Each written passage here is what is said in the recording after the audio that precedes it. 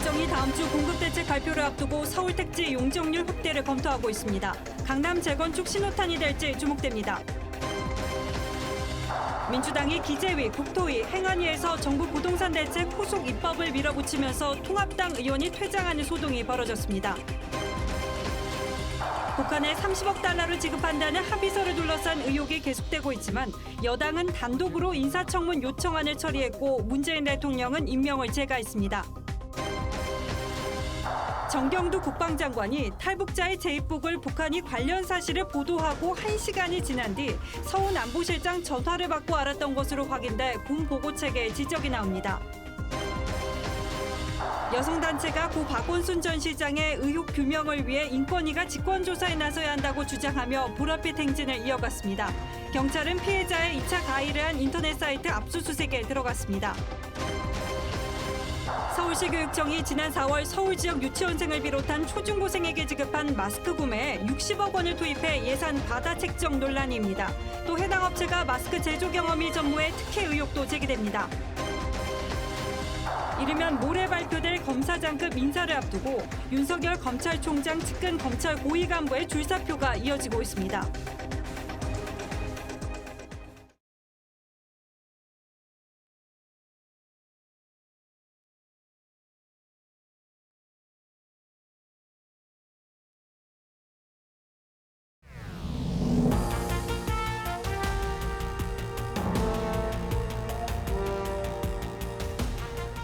안녕하십니까. 뉴스9의 신동욱입니다. 아무리 대책을 내놔도 도무지 잡히지 않는 수도권 부동산 문제 해결을 위해 정부가 결국 재건축 규제 완화를 검토하기 시작했습니다. 그 대책이 다음 주 중에 발표될 걸로 보입니다. 핵심은 재건축 아파트의 용적률을 올려서 소비자가 선호하는 지역의 공급 가구 수를 늘리는 겁니다. 특히 그동안 꾹꾹 눌러왔던 서울 강남권의 재건축 용적률을 상향 조정하는 방안도 검토되고 있는 것으로 알려졌습니다. 오늘은 김주영 기자가 먼저 보도하겠습니다. 당정이 부동산 시장 안정화를 위한 주택 공급 확대 방안을 이르면 다음 주에 발표하기로 했습니다. 언제쯤 발표가 됩니까? 먼저 좀 돼야 되지 않겠습니까? 관심은 서울 등 수도권의 공급 대책인데 강남 등의 재건축 용적률 상향을 유력하게 검토하고 있는 것으로 알려졌습니다.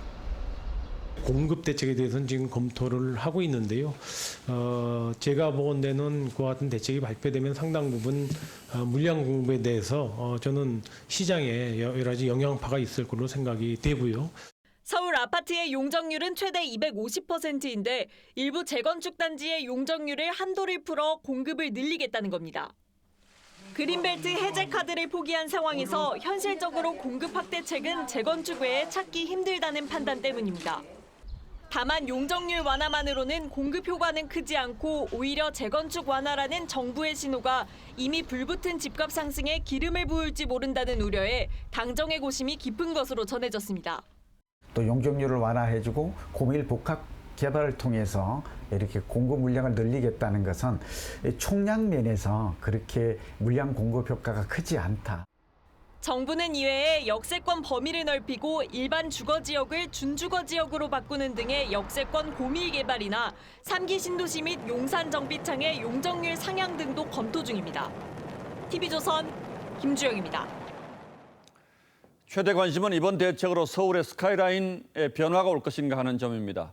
서울시는 지난 2014년부터 35층 이상 고층 아파트를 허가하지 않고 있습니다. 이 규제를 유지할 것인가를 두고 지금 정부와 서울시가 협의 중인 것으로 알려졌는데 다만 초고밀도 아파트를 허용할 경우에 생활 여건이 나빠질 수 있다는 주민들의 우려와 반발이 변수가 될 수는 있습니다. 신유만 기자가 취재했습니다. 한강변을 따라 아파트 단지가 늘어섰습니다. 건물 높이가 한결같이 비슷비슷합니다. 서울시는 지난 2014년부터 한강 조망권과 균형 잡힌 스카이라인을 확보하겠다며 아파트 건축 높이를 35층 이하로 제한했습니다. 이른바 2030 서울 플랜인데 당정의 부동산 공급 대책에 따라 이 높이 제한이 완화될지 관심을 모으고 있습니다. 서울시는 주택 공급 대책 발표와 관련해 정부와 협의 중이라며 구체적인 내용에 대해서는 말을 아끼고 있습니다. 강남의 한 재건축 조합에서는 층고 제한이 완화되더라도 그 대신 공공임대주택 비율이 높아질 것이라며 반대하는 분위기입니다. 용적률을 높여준다 하는 당근을 제시했지만 결국 거기에는 임대주택을 50% 이상 넣겠다는 어떤 암수가 숨어 있기 때문에 부동산 전문가들 사이에서는 임대주택 물량과 기부 채납 비율에 따라 재건축 진행 여부가 결정될 것으로 보고 있습니다. 수익성이 떨어지는 지역, 추가 부담금이 나와서 사업을 못하는 지역은 오히려 공공재발로 진행할 가능성이 높아서 주택 공급 대책 발표를 앞두고 서울시의 35층 층고 제한이 얼마나 완화될지 정부와 서울시가 막판까지 고민을 거듭하고 있습니다. TV조선 신유만입니다. 이런 가운데 국회 3개 상임위에서 7.10 부동산 대책 후속 입법안이 일제히 통과됐습니다. 야당이 반발했지만 수를 앞세운 여당이 속도전으로 밀어붙여 법안을 강행 처리했습니다. 국회 곳곳에서 고성이 흘러나왔고 야당은 의회 독재가 도를 넘고 있다고 비판했습니다. 보도에 윤수영 기자입니다. 악수로 시작한 국회 기획재정위원회. 민주당이 부동산 세법 개정안 3건의 상정을 밀어붙이려 하자 통합당 의원들이 반발합니다. 하명에 의해서 특정 법안만 지금 속전속결로 강행 처리하려고 하는 거 아닌가. 윤후덕 기재위원장은 질의 표결을 강행했고 서주시기 바랍니다. 26명 중 17명 찬성으로 안건이 상정되자 통합당 의원들은 강하게 반발하며 퇴장했습니다. 가여보고 독재 앞잡이해라. 비슷한 시각 행정안전위원회에선 부동산 취득세율 인상 등 법안 4건이, 국토교통위원회에선 부동산 거래 신고법 개정안 등 8개 법안이 야당 반발 속에 상정됐습니다. 모든 것들을 거부하신 게 미래통합당입니다. 모두 정부의 7.10 부동산 대책 후속 법안들입니다. 통합당의 불참 속에 상임위를 통과한 법안들은 법제사법위원회를 거쳐 다음 달 4일 본회의에서 표결 처리될 것으로 보입니다. 통합당은 제대로 된 논의 없이 특정 법안을 표결로 밀어붙이는 것은 의회 독재라고 반발했습니다. 정권의 입맛에 맞는 법안만 표결 처리하겠다는 것은 국회를 정권의 거수기, 하수인으로만 바라보는 여권의 TV조선 윤수영입니다. 정부 민주당은 이른바 임대차 3법의 국회 통과도 서두르고 있습니다. 세입자의 권리를 강화하고 집주인이 마음대로 전세를 올리지 못하도록 하는 법안입니다. 그러자 부동산 시장에서는 전세값이 급등하고 아예 전세 매물이 실종된 아파트 단지가 속출하고 있습니다. 권은영 기자가 현장을 다녀왔습니다. 경기도 광명시의 하안동. 1,200가구가 넘는 이 대단지에 나와 있는 전세 물량이 아예 없습니다. 그나마 하나 남아있던 전셋집도 며칠 새 자취를 감췄습니다. 주세달 된 것 같네요. 6월 초에 손님 막 구하는데 없어서 6억까지였는데 6억 5천에 겨우 얻어줬어요. 서울을 중심으로 전세 매물이 사라지거나 전세금이 폭등하고 있는 현상이 나타나고 있는 겁니다. 서울 금호동의 한 114제곱미터형 아파트는 2주 전보다 전세값이 1억 6천만 원 올랐고 마포구 용강동의 84제곱미터형도 2주일 만에 9천만 원이 올랐습니다. 강동구 고덕동 84제곱미터형도 2달 사이 2억 원 가까이 비싼 가격에 거래됐습니다. 임대차 3법 시행 전에 집주인들이 전세금을 미리 올려받거나 전세를 월세로 돌리면서 전세금이 크게 뛰는 겁니다. 주택 품질 자체도 굉장히 저하되기 때문에 악화된 주거에서 그나마 그 주택도 풍부하지 않은 그런 상황이 연출될 가능성이 높습니다. 전문가들은 충분한 전세 물량이 공급될 거란 공감대가 시장에 형성되지 않는 한 전세 시세의 안정은 찾기 어려울 것으로 전망하고 있습니다. TV조선 권은영입니다. 예, 이 임대차 3법이라는 게 집 없는 사람들, 그러니까 남의 집 사는 사람들을 보호하기 위해서 만드는 법이라고 하는데 조금 전 보도도 보셨습니다만 현장을 가보면 꼭 그런 것만도 아닌 것 같습니다. 이런 부조리가 일시적인 현상인지 아니면 시장 기능에 역행하는 정책의 역습인지 따져보도록 하겠습니다. 자, 윤슬기 기자. 네. 이 임대차 3법 때문에 요즘 뭐 전세 구하시는 분들 발을 동동 구르고 있다고 하는데 대체 왜 그런 겁니까? 네, 이 임대차 3법의 핵심은 세입자가 원하면 계약기간 연장, 즉 2+2년을 거주하게 하고 임대료 인상률을 5% 이내로 제한한다는 내용이죠.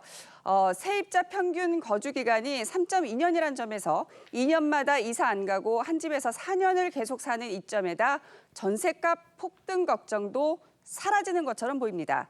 그런데 이 제도를 집주인 입장에서 보면 2년마다 세입자 바꾸기가 힘들어지고 전세금도 5% 이상 못 올린다는 얘기가 되죠. 그럼 전셋값을 미리 올려받으려고 해 전셋값 상승으로 이어진다는 겁니다. 그러니까 나중에 못 올리니까 미리 올려서 받겠다 이런 거군요. 그렇습니다. 자, 그렇다면 이미 전세를 살고 있는 분들은 좀 낫지 않겠습니까? 일단은 그렇습니다. 정부 여당은 이 계약갱신 청구권을 위헌 논란에도 현재 계약이 진행 중인 세입자들에게 소급 적용한다는 방침이죠.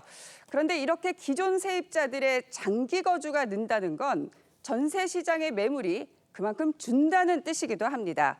신혼부부 등 신규 세입자들의 전세 구하기가 더 어려워질 거라는 우려가 그래서 나오고 있습니다.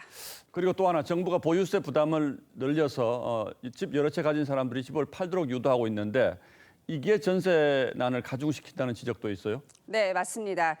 당장 보유세가 오르게 되면 집주인들이 세금 낼 돈을 마련하려고 전세를 반전세나 월세로 돌리는 경우가 많아지게 되죠. 그래서 보유세 강화가 전세 품귀의 한 요인이 될 수도 있습니다.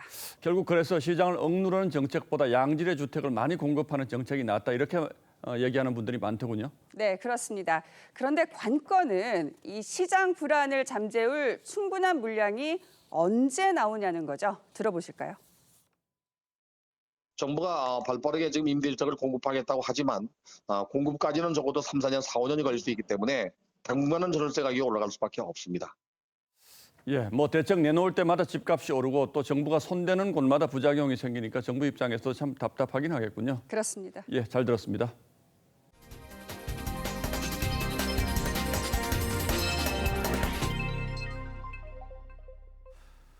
정치권에선 과거 박지원 국정원장 후보자의 서명이 들어간 대북 30억 달러 지원 이면 합의서를 두고 오늘 하루 종일 진실 공방이 벌어졌습니다. 통합당은 진실이 확인될 때까지 임명을 보류해야 한다고 주장했지만 민주당은 통합당이 불참한 가운데 박 후보자 인사청문 경과 보고서를 채택했습니다. 그리고 문재인 대통령은 3시간 뒤에 곧바로 박 후보자의 임명을 재가했습니다. 박경준 기자가 취재했습니다. 통합당은 어제 공개한 30억 달러 남북경협 이면 합의서의 진위 여부 확인이 먼저라며 문재인 대통령에게 임명 유보를 요구했습니다. 대통령께서는 이런 이면 합의가 있었는지 없었는지를 반드시 확인해야 한다. 문건을 공개한 주 원내대표는 신뢰할 만한 전직 고위공무원의 제보라고 출처를 밝혔습니다. 문건이 사실이라면 북한에도 한부가 있을 것이며 박지원 후보자가 북한에 휘둘릴 수 있다는 우려도 나왔습니다. 이걸 가지고 공개할 테니 우리말 들어줘라. 협박 카드를 쓸 수 있고 휘둘릴 수가 있는 겁니다. 박 후보자는 이면 합의서는 허위 날조된 것으로 법적 조치를 취하겠다고 반박했습니다. 전직 고위공무원의 실명을 밝히라고도 했습니다. 위조 있다고 저는 생각합니다. 민주당도 통합당이 불참한 가운데 인사청문 경과 보고서를 채택했습니다. 후보자가 강력하게 부인을 하고 있고 야당에서도 거기에 대해서 별다른 다른 증거를 내놓지 못하고 있기 때문에 그리고 약 3시간 뒤 문재인 대통령은 박 후보자의 임명을 재가했습니다. 여권이 야당 반발에도 박 후보자 임명 절차를 마무리했지만 이면 합의서를 둘러싼 공방은 쉽게 가라앉지 않을 전망입니다. TV조선 박경준입니다.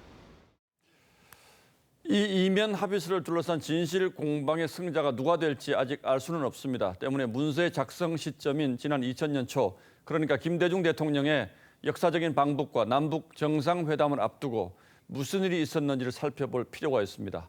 아시는 것처럼 박지원 원장은 불법 대북 송금 사건으로 훗날 특검의 수사를 받았고 실형을 살기도 했죠. 김정우 기자가 특검의 당시 수사 기록을 다시 들춰봤습니다.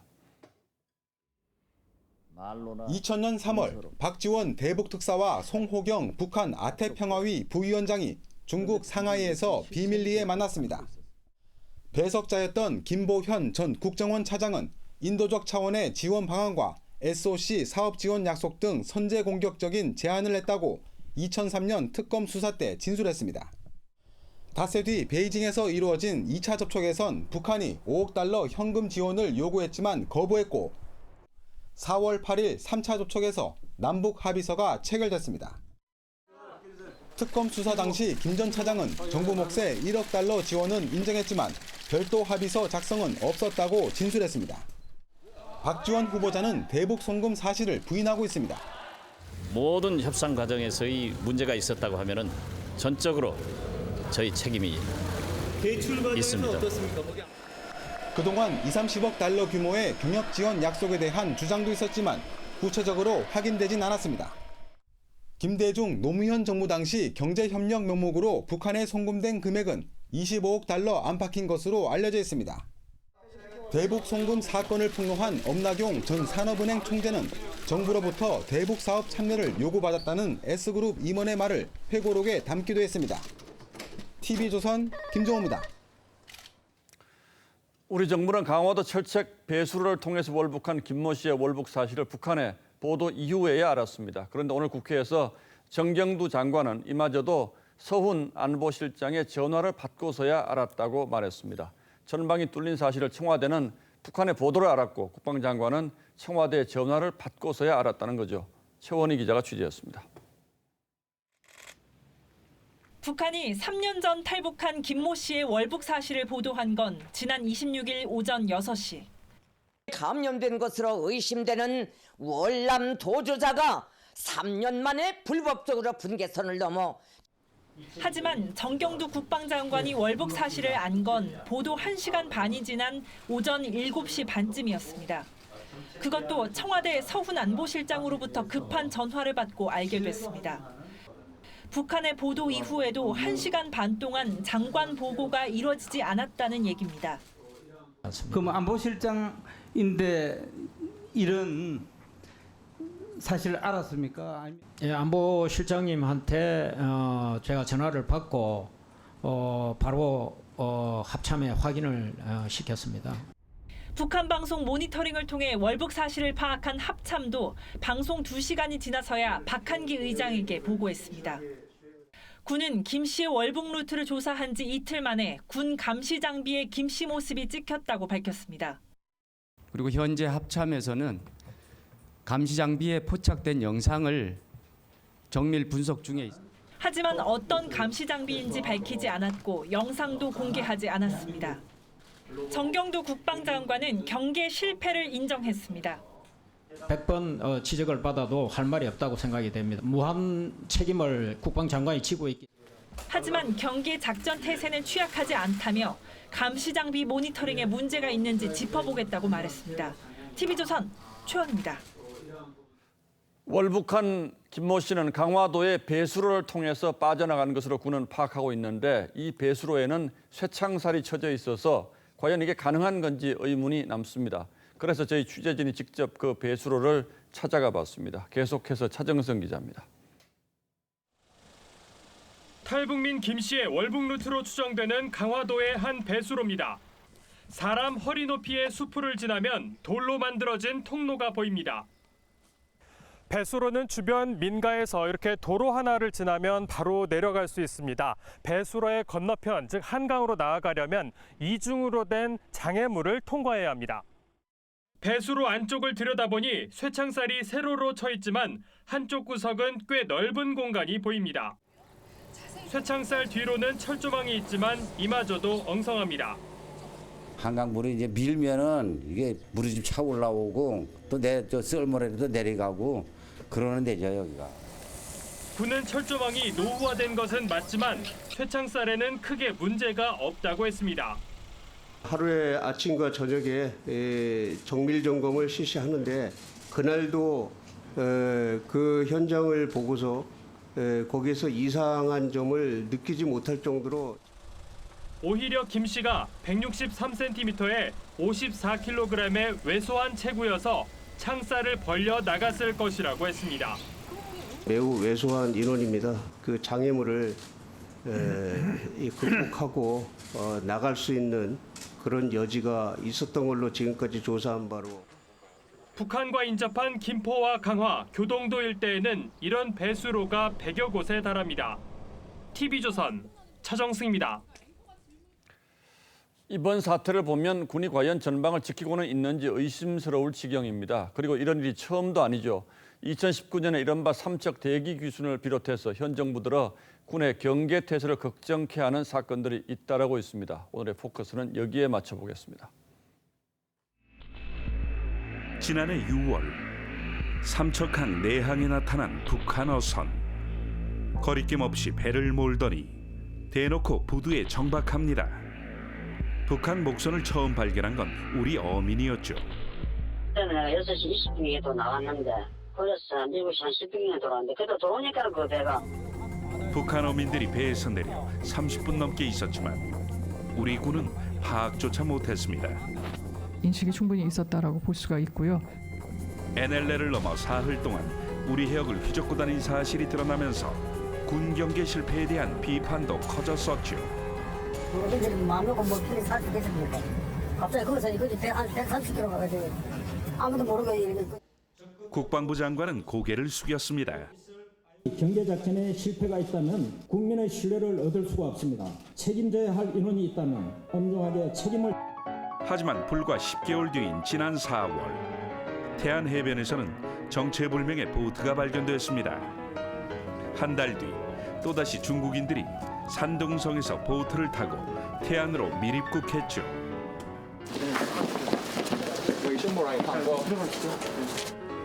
당시 우리 군 감시망에 13차례나 포착됐지만 우리 군은 낚싯배로 착각했습니다.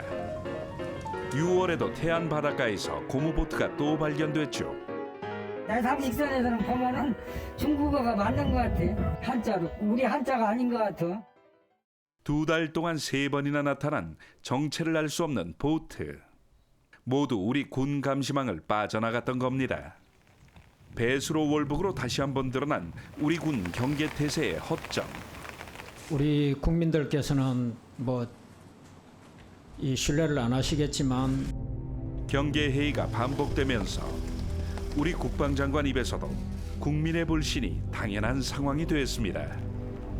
뉴스라인 포커스였습니다.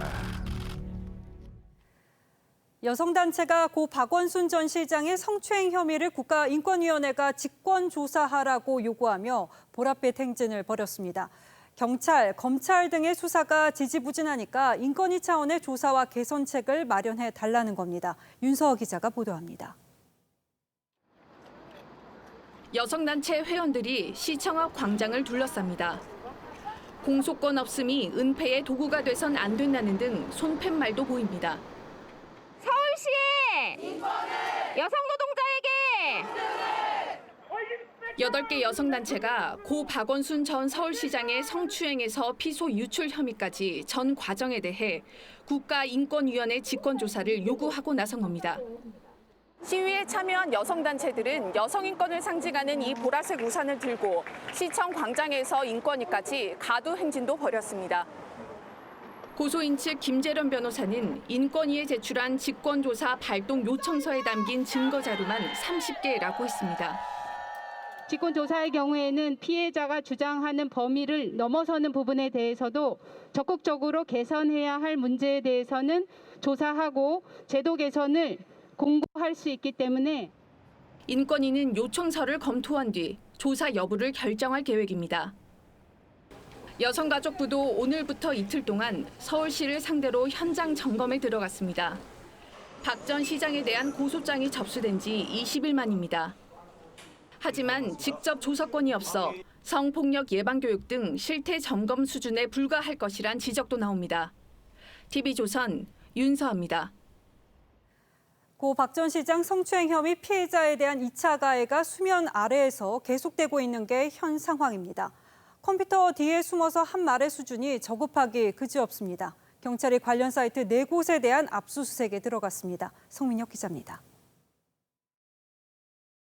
고 박원순 전 서울시장 발인 당일 한 온라인 커뮤니티에 올랐던 글입니다. 박 전 시장의 성추행 혐의를 제기한 피해자를 향해 2차 가해 같은 소리하고 앉았네라고 비꼬았습니다. 이목을 끌지 않고 조용히 움직일 것이지 발인 날 기자회견을 했다며 비난하기도 했습니다. 다른 사이트에선 오거돈 전 부산시장 때도 그렇고 여비서의 신체 부위를 한 번 만진 게 큰 죄냐는 막말에 가까운 게시글도 있었습니다. 경찰은 2차 가해성들이 집중됐던 사이트 4곳을 압수수색했습니다. 해당 사이트 관리자를 상대로 게시물과 댓글 작성자 정보와 접속 IP 내역도 확보 중인 것으로 파악됐습니다. 우리는 박원순 전 시장 사망 이후 법률에서 나열한 2차 피해가 한꺼번에 발생하는 상황을 목도하고 있습니다. 경찰은 작성자를 특정하는 대로 명예훼손과 모욕죄 등을 적용해 엄정 조치하겠다고 밝혔습니다. TV조선 성민혁입니다.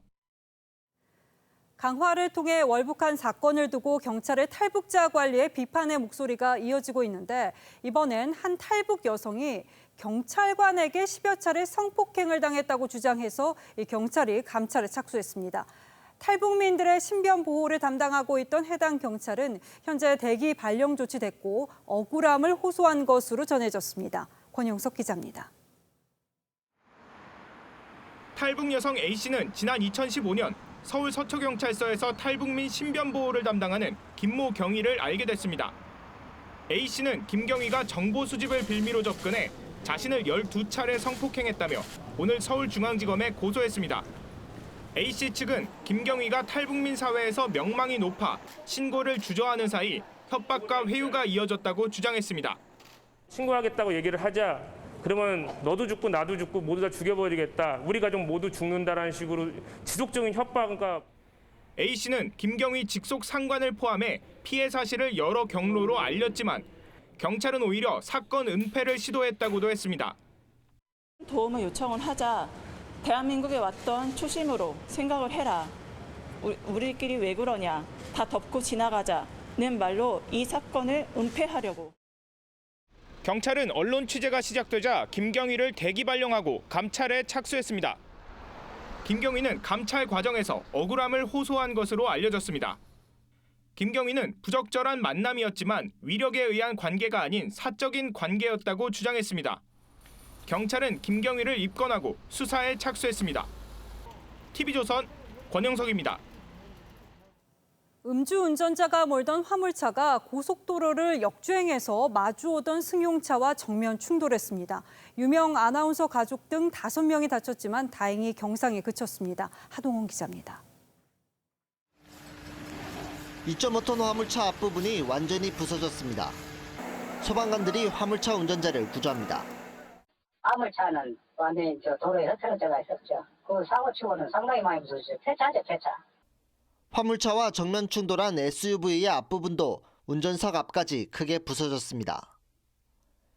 SUV에 타고 있던 최동석 KBS 아나운서와 아내 박지윤 전 아나운서, 자녀 2명 등 일가족 4명이 다쳤습니다. 화물차 운전자 49살 A씨도 다리를 크게 다쳤습니다. 사고는 어제 저녁 8시 반쯤 경부고속도로 부산 금정구 구간에서 일어났습니다. 경찰은 화물차 운전자가 이곳 부산 톨게이트에서 역주행을 시작한 것으로 보고 있습니다. 경찰은 화물차 운전자 A씨가 면허 취소 수준의 음주 상태에서 고속도로 2km가량을 질주한 것으로 보고 있습니다. 음주 역주행이죠. 도면은 일반 도로에서 돌려가듯이 그래 갔을 수도 있고요. 비슷한 시각 호남고속도로 전북 익산 구간에서 SUV가 가드레일을 들이받는 사고가 났습니다. SUV에 타고 있던 3명이 숨지고 1명은 크게 다쳤습니다. 경찰은 직장 동료들이 함께 장례식장에 다녀오다 빗길에 미끄러진 것으로 보고 정확한 경위를 조사하고 있습니다. TV조선 하동훈입니다.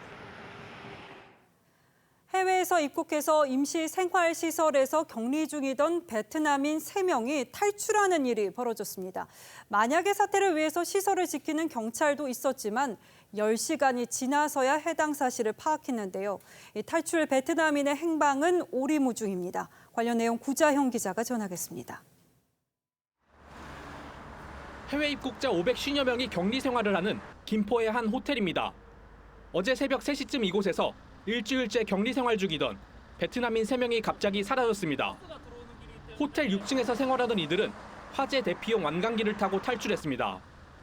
3명 모두 입국 당시 코로나19 검사에서 음성 판정을 받은 것으로 알려졌지만 인근 주민들은 불안감을 호소합니다. 있을 수 있는 얘기야. 뭘 타고 나왔다는 게 있을 때 아무리 뭐 음성을 나왔지만 중국산 지불하네요. 탈출한 베트남인 3명은 지난 20일 입국해 임시 격리 중이었습니다. 호텔 직원이 무단 이탈 사실을 경찰에 신고한 건 어제 오후 1시쯤. 이들이 탈출한 지 10시간이 흘렀지만 격리 대상자를 관리하는 방역당국도 건물 외곽 보안을 맡은 경찰도 까맣게 모르고 있었습니다. 방역당국은 임시생활시설 무단 이탈 사고 재발을 막기 위해 CCTV 등 보안 대책을 강구하겠다며 뒤늦게 대책을 내놨습니다. 탈출한 베트남인 3명에 대해서는 강제 출국과 재입국 금지 조치를 취하는 등 강경 대응 방침을 밝혔지만 이들의 행방은 찾지 못하고 있습니다. TV조선 구자영입니다. 지난 4월 마스크 대란 당시 서울시 교육청은 예산 60억 원을 들여서 이 서울 지역 유치원생과 초중고생에게 마스크를 지급했습니다. 그런데 이 마스크를 납품한 곳이 관련 이력이 전무한 업체였던 것으로 확인돼서 특혜 의혹이 제기됩니다. 경찰이 수사에 착수했습니다. 홍현주 기자가 단독 취재했습니다. 서울시 교육청이 60억 원을 투입해 서울 소재 유치원생과 초중고교생에게 각 2장씩 지급했던 마스크입니다.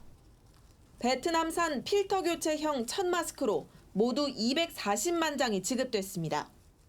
좀 불편했어요. 어떤 점에서? 끈도 너무 짧고 더워서 못 썼어요. 걸쳐본 적이라도 있으세요? 아니요, 없어요. 그런데 마스크를 납품한 업체는 서울시 교육청이 수의 계약으로 선정한 한 컴퓨터 기기 업체였습니다. 관련 사업 경험이 없는 직원 4명뿐인 회사입니다.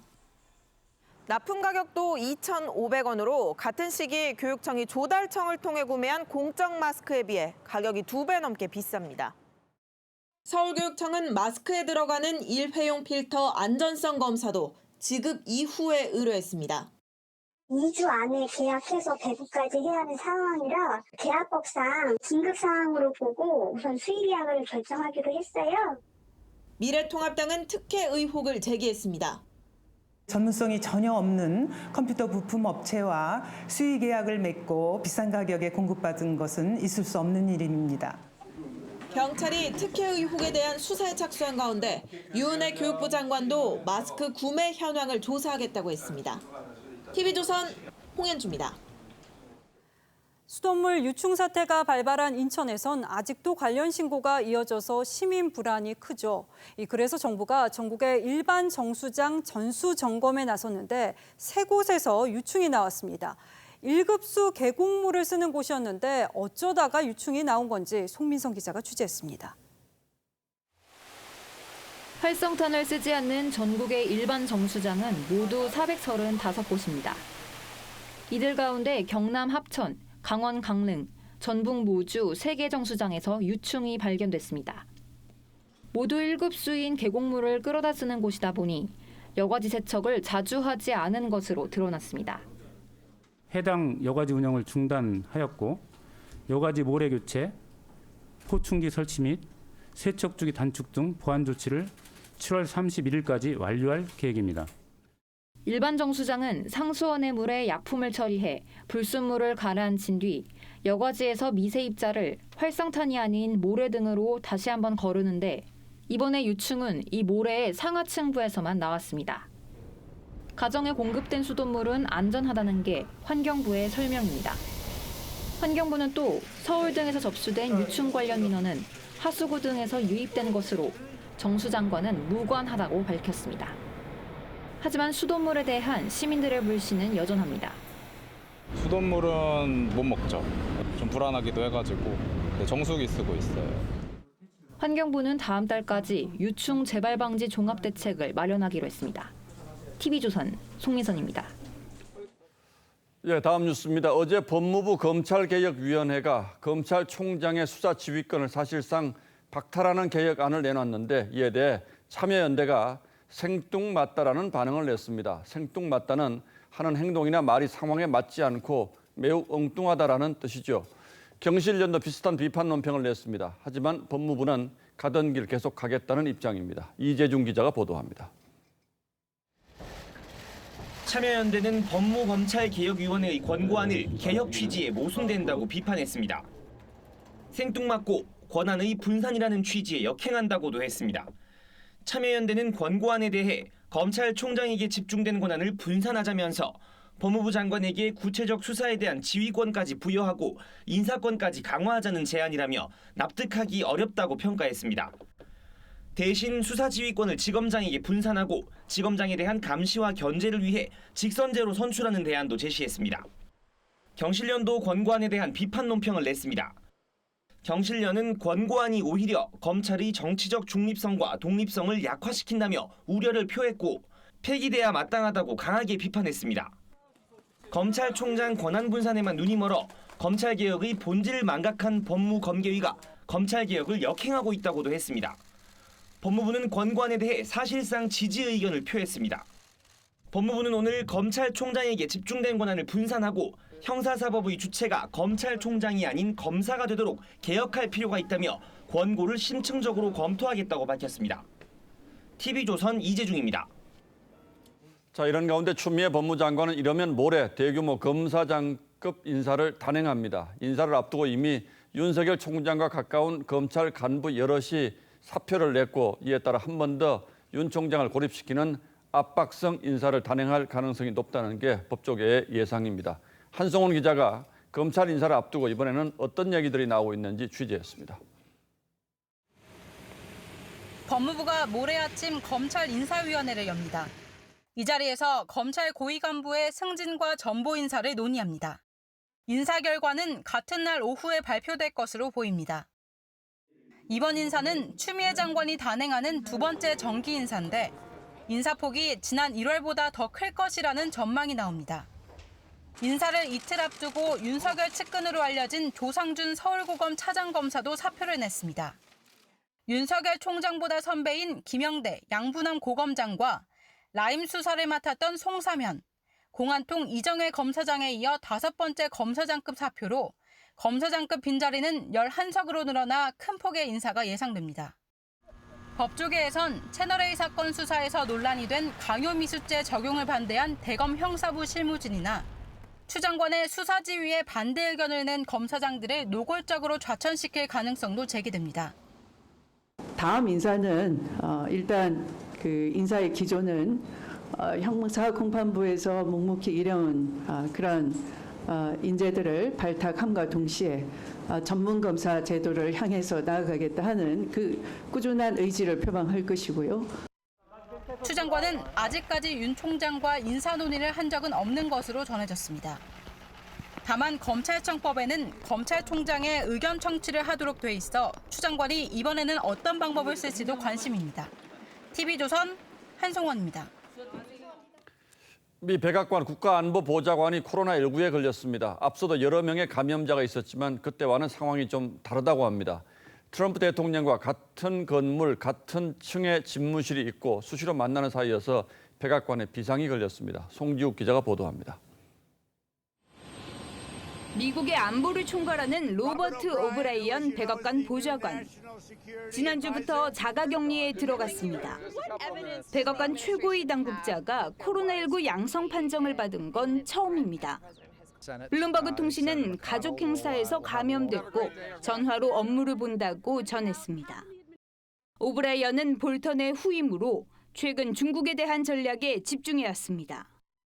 트럼프 대통령과는 지난 10일 마이애미 남부사령부를 함께 방문했고 얼마 전엔 유럽을 찾아 마스크도 안 쓴 채 영국, 프랑스, 독일, 이탈리아 당국자들과 잇따라 회동했습니다. No, I haven't seen him lately. I heard he tested. Yeah, I have not seen him. I'm calling him later. 백악관에선 지난 5월 부통령실 대변인과 시중 요원인 군인 등이 감염됐습니다. 이달 초엔 트럼프 장남의 여자친구이자 재선 캠프의 자금 책임자 킴벌리 길포일이 확진 판정을 받았습니다. 오브라이언의 사무실은 트럼프 집무실과 같은 건물, 같은 층입니다. 미국 언론은 오브라이언이 감염돼 백악관이 발칵 뒤집혔다고 보도했습니다. 트럼프는 어제 공식 석상에서 두 번째로 마스크를 착용했습니다. 미국의 누적 확진자는 443만 명, 사망자는 15만 명이 넘습니다. TV조선 송지욱입니다. 올 연말 대선을 앞둔 트럼프는 코로나19가 사실상 대선을 좌우할 수 있다고 보고 백신 개발 총력전에 나섰습니다. 두 거대 제약회사가 안전성을 검증하는 마지막 단계인 세 번째 임상에 들어갔고 올 연말쯤 백신 공급이 가능할 것이란 전망도 나왔습니다. 우리 정부도 내년 9월쯤이면 국산 백신이 개발될 수 있을 거라고 밝혔습니다. 보도에 이유진 기자입니다. 삼상시험 첫 참가자는 미국 조지아주의 방송 앵커 돈 베이커입니다. It's really exciting to me that I could be a part of saving lives eventually. I mean, instead of just being scared and praying. 다른 시민들도 자원에 팔을 걷었습니다. So doing our part to eradicate it is very important to me. 모더나는 미국 내 89개 지역, 화이자는 미국 39개 주와 아르헨티나, 브라질, 독일에서 3만 명씩 임상시험을 진행합니다. 무엇인지 모르는 상태에서 절반은 시험용 백신을, 나머지 절반은 백신 모양을 한 식염수를 투여받아 효과를 검증합니다. 출시 전 마지막 관문인 3상을 통과하면 전 세계에 공급할 수 있습니다. 파우치 전염병 연구소장은 백신의 안전성에 대해 크게 우려하지 않는다며 10월이나 11월에 개발이 가능하다고 말했습니다. Indeed, we are participating today in the launching of a truly historic event in the history of vaccinology. 우리 정부도 내년 9월까지는 국산 백신을 개발할 수 있을 것이라고 말했습니다. 세계 백신 연합은 출시하는 백신은 $40, 우리 돈 48,000원을 넘지 않을 거라고 밝혔습니다. $40도 잘 사는 나라에 공급되는 가격이라고 강조했습니다. TV조선 이유진입니다. 2030 세대에게는 팔로워 수십만을 거느린 인플루언서가 미치는 영향이 큽니다. 그래서 SNS에서는 이 인플루언서 마케팅이 자주 활용되는데 몇몇 인플루언서가 다이어트 등의 효과가 있다면서 관련 제품을 허위 광고하다가 적발됐습니다. 황병준 기자입니다. 팔로워가 100만 명 가까운 한 SNS 계정의 게시물. 배변 활동을 활발히 해준다며 특정 제품을 광고합니다. 다른 게시물엔 2주 만에 체중이 3kg 줄었다며 구매를 부추깁니다. 인플루언서들이 올린 글들을 보면 좀 읽고 싶은 생각이 들고 혹할 때도 있죠. 하지만 이 제품은 해당 효능과 거리가 먼 기타 가공품. 허위 과장 광고를 한 건데 이 인플루언서는 아예 관련 제품을 파는 쇼핑몰을 직접 운영했습니다. 본인의 인스타그램에 해시태그 키워드 검색을 이용해 질병 예방 치료 효과 표방한 또 다른 인플루언서는 차를 마시면 붓기가 빠진다며 성형수술한 사람들을 현혹했습니다. 식약처는 이번에 적발된 인플루언서 4명은 지난해에도 소비자들을 속였다며 고발 조치했습니다. 또 일반 캔디 제품을 다이어트 효능이 있는 건강기능식품으로 광고한 유통업체 3곳도 적발했습니다. TV조선 황병준입니다. 조선과 프랑스의 수교를 기념해서 프랑스 대통령이 우리 측에 선물한 이 살라미나 화병이 처음으로 공개됐습니다. 이 화병 하나가 가져온 조선 왕실의 변화상 느껴보시죠. 임서인 기자입니다. 황색과 파란색을 칠한 도자기에 이국적인 꽃 문양이 멋스러운 살라미나병. 1888년 조불 수호 조약 체결 2주년을 맞아 프랑스 사디 카르노 대통령이 고종에게 선물한 화병입니다. 높이 60cm, 지름 53cm의 웅장한 모습인데 조선 왕실의 서구 도자기의 색다른 세계를 알려줬습니다. 동그라미, 촛불, 꽃 모양 등 형형색색의 유리 등갓은 1887년 전기 도입 후 궁중에 설치됐는데 조선의 근대화 의지를 보여줍니다. 보수적인 나라에서 근대국가 개화에 이런 새로운 길로 나서는데 큰 도전이었을 것이지만 그 노력의 어떤 일단이 조선 왕실이 직접 주문해 왕실 상징인 자두 꽃나무 무늬가 찍힌 프랑스와 일본산 식기도 눈에 띕니다. 개항 이후 조선 왕실의 외교 수단이었던 서양식 연회를 재현한 공간인데요. 당시 접시에 올랐던 음식도 살펴볼 수 있습니다. 이뿐 아니라 영국 유명 브랜드의 침실용 오수통 등 위생용 도자기와 서양 수출용 화병도 당시 왕실 생활상을 짐작케 합니다. 사용하는 사람에 따라서 성격과 또 형태가 달라지는 실용품이기 때문에 조선이 변화하는 지점을 보여주기에 가장 효과적인 수단이 최초로 공개된 근대 서양식 도자기와 왕실 유물을 통해 조선의 변화를 한눈에 읽을 수 있습니다. TV조선 임성인입니다. 스타의 등용문 제75회 청룡기 고교 야구대회가 한창입니다. 이 가운데 선수가 12명뿐인 초미니 야구팀이 유독 눈길을 끄는데 이 팀 이번 대회가 마지막 청룡기라고 합니다. 무슨 사연인지 이다솜 기자가 전합니다. 수비에 들어간 글로벌 선진학교 덕아웃이 썰렁합니다. 상대팀과 비교하니 더 허전해 보입니다. 경기 출전 선수가 12명에 불과해 연출된 웃지 못할 상황인데 이번 청룡기에 출전한 40개 고교 중 가장 작은 규모의 팀입니다. 그래도 화끈한 3루타에 씩씩한 호수비까지 열정만큼은 결코 모자라지 않았습니다. 하지만 투수가 3명뿐이다 보니 8회까지 포수 마스크를 썼던 선수가 마운드에 서기도 했습니다. 1대3 아쉬운 패배. 하지만 더 큰 쓰라림은 올해를 끝으로 이 학교의 야구부가 해체된다는 겁니다. 지난 2013년 공부하는 야구단으로 창단해 지역대회 우승으로 파란을 일으켰지만 학교 측은 운동부 운영에 어려움을 토로하며 해체를 결정했습니다.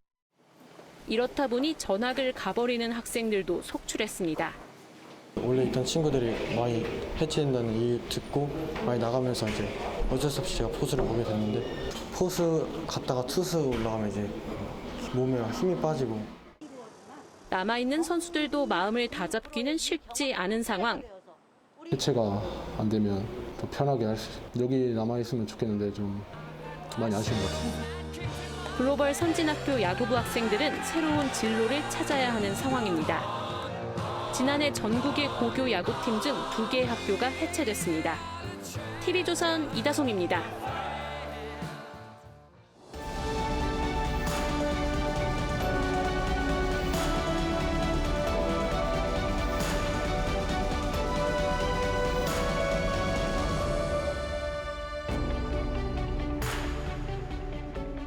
풀을 한짐 베어 지게해진 농부가 소를 앞세우고 논두렁 길을 갑니다. 그런데 갑자기 설사가 났습니다. 이 황망한 장면을 시인의 어머니가 보고 아들에게 들려주면서 시 한 편이 됐습니다. 소낙비는 오죠. 소는 뛰죠. 지게의 풀은 허물어지죠. 설사는 났죠. 허리끈은 안 풀어지죠. 들판에 사람들은 많죠. 이런 지경을 흔히 설상가상이라고 합니다. 눈온 위에 설이 내리고 미친 바람까지 불어닥치는 형국입니다. 설상가상의 반대말은 금상첨화쯤 될 겁니다. 비단 위에 꽃을 놓듯 좋은 일이 이어진다는 얘기죠. 갈수록 일이 재미있어진다는 점입가경하고도 통합니다. 사탕수수 줄기를 끝에서부터 먹기 시작하면 갈수록 단맛이 난다는 고사에서 나온 말입니다. 하지만 요즘에는 갈수록 가관이라는 반어법으로 많이 쓰죠. 추미애 법무장관이 또다시 국회를 뒤집어 놓았습니다. 엊그제 질의하는 야당 의원에게 그래서 어쨌다는 거냐고 호통을 치더니 어제는 소설을 쓰시네 질문 같은 질문을 하시라고 했습니다. 앞서 오전 답변에서 추 장관은 제왕적인 검찰총장을 반드시 통제하겠다고 했습니다. 그리고 오후에는 법무부 산하 법무검찰개혁위원회가 검찰총장의 구체적인 수사 지휘권을 폐지하고 고검장들에게 넘기는 방안을 내놓았습니다. 결국 검찰총장은 대검의 행정만 담당하는 검찰행정청장쯤으로 남게 될 수도 있습니다. 나아가서 권고안은 법무장관이 고검장들에게 수사 지휘를 할 수 있게도 했습니다. 추 장관이 검찰총장에게 붙인 제왕적이라는 수식어가 자신에게 붙게 되는 결과가 나오지 말라는 법이 없을 겁니다. 권위주의 시대 이래 검찰은 국민의 불신 속에 사냥개, 충견 같은 모욕적 별명을 면치 못했음을 부정하기 어려울 겁니다. 그렇기에 많은 국민은 검찰이 권력의 사냥개에서 국민의 충견이 되는 것을 정의로운 검찰개혁이라고 여기고 있습니다. 그런데 공교롭게도 지금 권력은 사람에 충성하지 않는다는 검찰총장과 살아있는 권력의 칼을 겨눈 검찰을 몰아붙이면서 개혁이라는 단어로 포장하고 있습니다. 이것은 금상첨화인가요? 설상가상인가요? 아니면 갈수록 권력의 단맛에 빠져드는 점입가경이라고 해야 할까요? 7월 28일 앵커의 시선은 소설을 서신해였습니다.